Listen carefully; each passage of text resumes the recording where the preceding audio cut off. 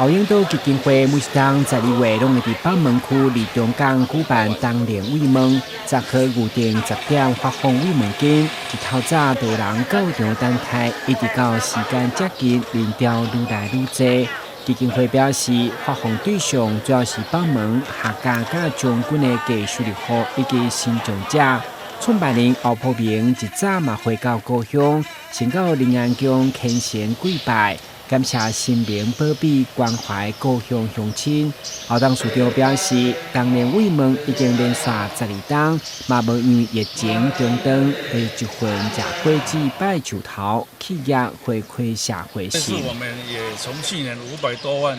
提高到700多万，也是差不多2400多个我们的同胞，我们的非常辛苦的一些老人呢，能够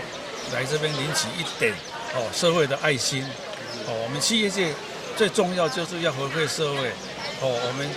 努力创造外汇、创造就业，再来就是一定要来关心这些孤苦、比较弱势的一些残障的、智障的这些老人，所以本基金会就是我们三兄弟就是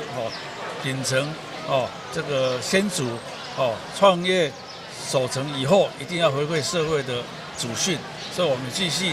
12年来就继续，而且我们还会继续再加码。基金会表示，今年虽然帮助民众无增加，不过可能物价直起，所以今年佮加码加分1000块，也就是每一人3000，总共捐出760万，来帮助2400外位弱势，照顾港故乡的心真无简单。